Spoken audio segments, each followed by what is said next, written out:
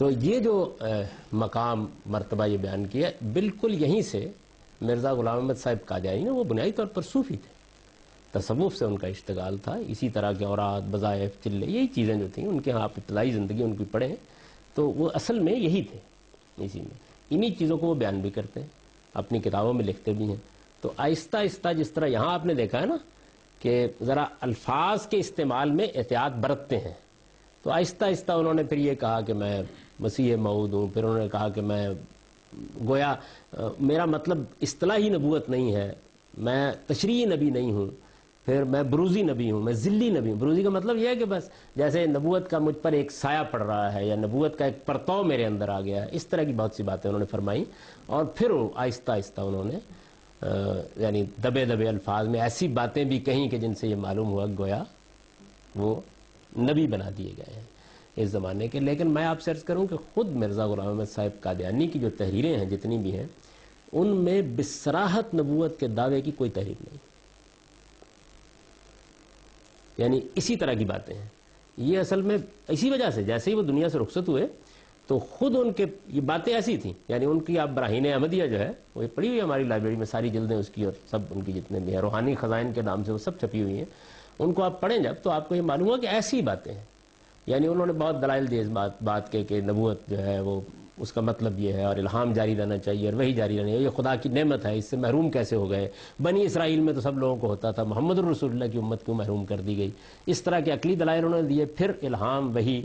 یعنی خدا سے رابطہ، اس کو اسی طرح کی تعبیروں میں بیان کیا انہوں نے تمام صوفیانہ تعبیرات میں،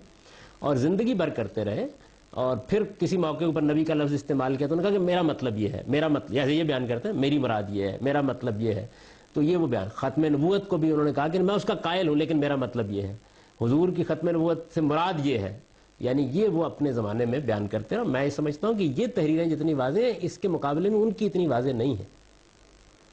تو یہی وجہ ہے کہ ان کے دنیا سے رخصت ہونے کے بعد یعنی دو گروہ ہو گئے، اور ان کے جو قدیم ترین صحابہ تھے ان کی اصطلاح کے مطابق انہوں نے تو یہ کہا کہ ایسا نہیں تھا، وہ مجدد تھے، یہ جو لاہوری جماعت ہے وہ اسی تعبیر پر وجود میں آئی، اور مرزا بشیر الدین صاحب محمود جو ان کے فرزند تھے انہوں نے اصل میں اس کو زیادہ صریح کیا اور یہ کہا کہ نہیں یہ ایک باقاعدہ، یعنی ورنہ معاملہ ٹھیک ہو جاتا، اتنا ہی رہتا جتنا صوفیوں کا۔ انہوں نے اس کو پھر اس منتہائے کمال تک پہنچا دیا جہاں پہ توضیح کی ضرورت نہ رہی۔ پھر وہ تو اپنی ہی نبوت کی بات کرتے تھے، بعد میں پھر جب بحثہ بحثی ہوئی، مناظرے ہوئے، تو پھر یہ ہوگا کہ نہیں نبوت کا دروازہ چوپٹ کھلا ہوا ہے، کل اور بھی آ جائیں گے، یعنی معاملہ پھر ذرا مزید آگے بڑھ گیا۔ کہنا تو یہی چاہیے، یعنی یہ صورتحال جو ہے یہ رہی۔ ان کے جو ابتدائی لوگ ہیں، یہ جو لاہوری جماعت کے جتنے لوگ ہیں وہ ان کے بڑے اکابر ہیں، معمولی لوگ نہیں ہیں۔ اور پہلا خلافت کا جو جہاں تک ان کے پہلے خلیفہ کا تعلق ہے حکیم نور الدین صاحب،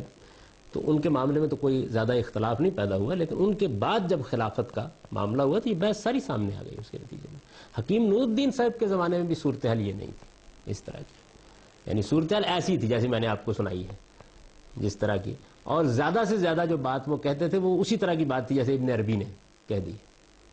یعنی دیانتداری کے ساتھ، اگر آپ الزام لگانے کے لیے نہ کریں۔ یہاں ایسے لوگ موجود ہیں، یعنی مجھے ابھی تک کسی کی حسرت ہے کہ وہ واضح عبارت کون سی ہے جو دکھائی جائے۔ آپ دیکھیے کہ اس میں الیاس برنی کی کتاب سب سے اعلیٰ کتاب ہے مرزا صاحب کے پورے، اس میں قادیانی مذہب پوری پڑھ جائیے۔ اچھا پھر اس کے بعد ہمارے اپنے زمانے میں مولانا ابو الحسن علی ندوی جیسے جلیل القدر عالم نے قادیانیت کے نام سے کتاب لکھی ہے، اس میں بھی آپ پوری کی پوری پڑھ جائیے، یعنی وہ عبارتیں اس سے زیادہ تعویل کو قبول کر لیتی ہیں جیسے میں نے صوفیہ کی پڑھی، جو ان کی عبارتیں۔ اس طرح کا واضح معاملہ جو ہے وہ نہیں ہے جیسا کہ سمجھا جاتا ہے، وہ زیادہ تر بشیر الدین محمود صاحب کیا ہوگا۔ آپ اس کی نفی کرنا چاہیں تو مجھے خوشی ہوگی، کیونکہ آپ کا تو یہ خاص موضوع رہا ہے۔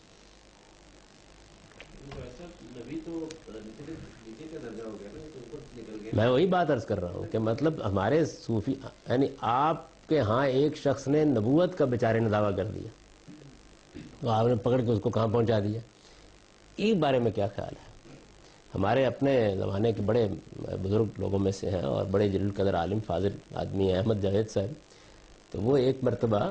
یعنی ان کے اپنے حلقے میں ایک مسئلہ ہو گیا۔ یہ ایک خاص صوفیوں کا گروہ ہے جو فرانس میں پیدا ہوا، شواں مارٹن لنگز جن کی کتاب وہ محمد سیرت پر بھی آئی ہے، تو یہ بھی صوفیوں کا ایک حلقہ ہے، شاذلی سلسلے اور اس طرح کی بہت سی چیزوں میں یہ، اور اب کافی بہت سی کتابیں ہیں ان کی۔ تو اس میں ایک ان کے جو بڑے آدمی تھے انہوں نے یہ بیان کیا ایک جگہ پر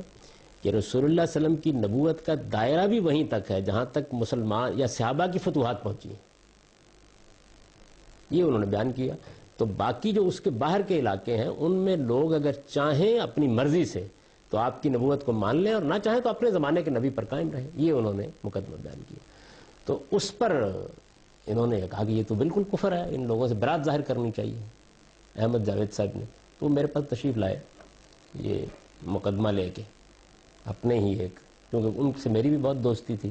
دونوں بزرگوں سے، تو انہوں نے یہ بیان کیا۔ تو میں نے کہا کہ یہ ٹھیک ہے، لیکن یہ ہے کہ آپ تو صوفی آدمی ہیں،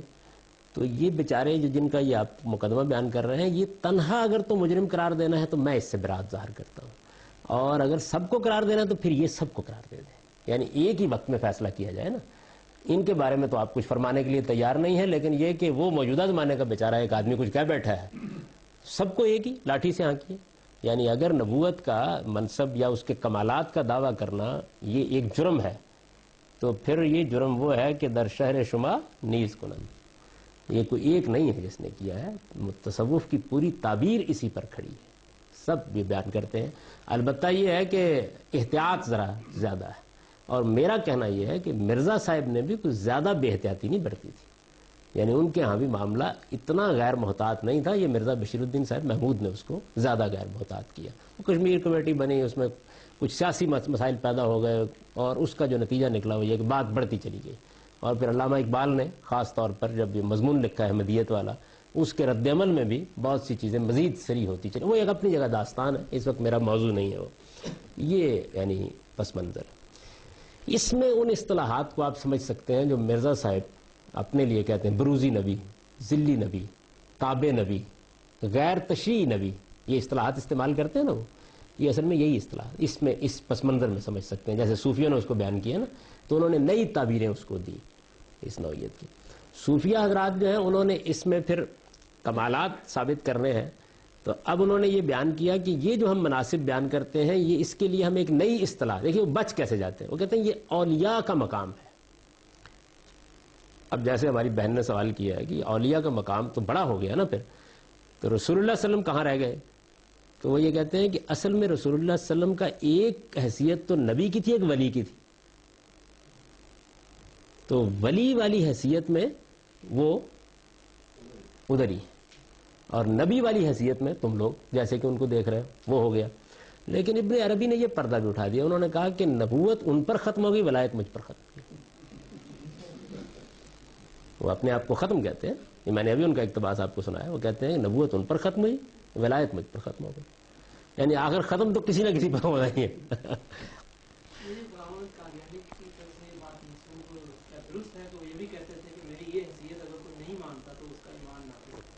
تو بات اصل میں یہ ہے کہ دیکھیے یہ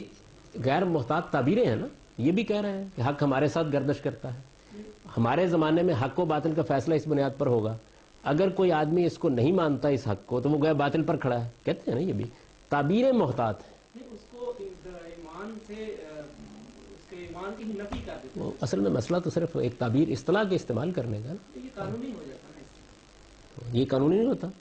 لا یاتی الباطل باطل من بین یدیہ ولا من خلفہ، اسے قانونی نہیں ہوتا۔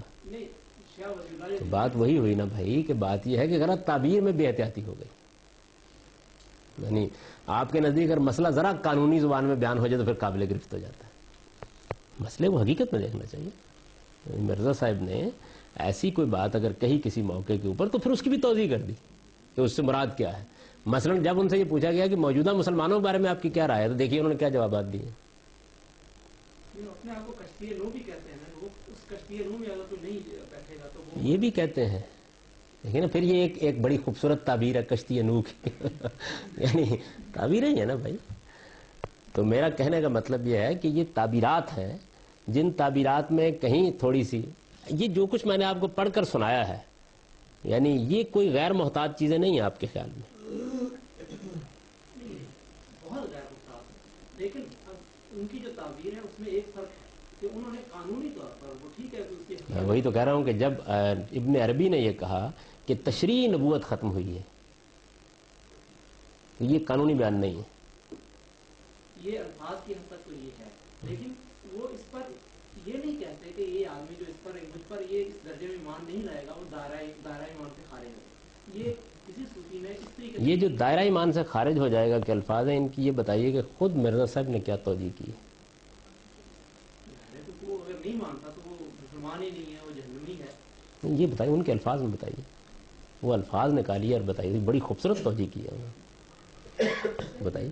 جتنے بھی آپ نے یہ سارے بہت بڑے بڑے عالم تھے، قرآن ظاہر ہے ان کا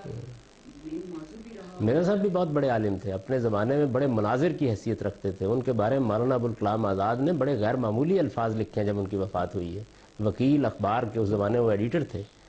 مولانا ابوالکلام آزاد. معمولی آدمی نہیں تھے مولانا ابوالکلام آزاد. انہوں نے بڑی ان کی مدح اور تعریف کی، اور بہت سے. علامہ اقبال بڑے ان کے معتقد رہے ایک زمانے میں. عالم تھے، وہی بڑے عالم تھے.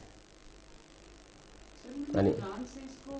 پھر ثابت بھی کیا کہ یہ اتنا بڑا ایک ٹاپک ہے کہ نبی جیسا ایک شخصیت ہے جس کو علیہ کا نام دیا جا رہا ہے یا اس سے بھی بڑھا کے پیش کیا جا رہا ہے. قرآن سے انہوں نے اس کی کوئی آگے سے تفصیل نہیں بیان کی کہ اس کا بھی ایک نام ہونا چاہیے قرآن میں مینشن، کہ وہ یہ ہے. وہ بتاتے ہیں، وہ کہتے ہیں اولیاء اللہ جو ہیں وہ ہوتے ہیں وہ. ابھی تو انہوں نے قرآن مجید سے اوتاد کا نام بھی نکال کے دکھا دیا، جبال کا نام بھی نکال کے دکھا دیا. قرآن مجید سے نکال تو دیا انہوں نے، یعنی قرآن مجید سے ایسے ہی نکالتے ہیں.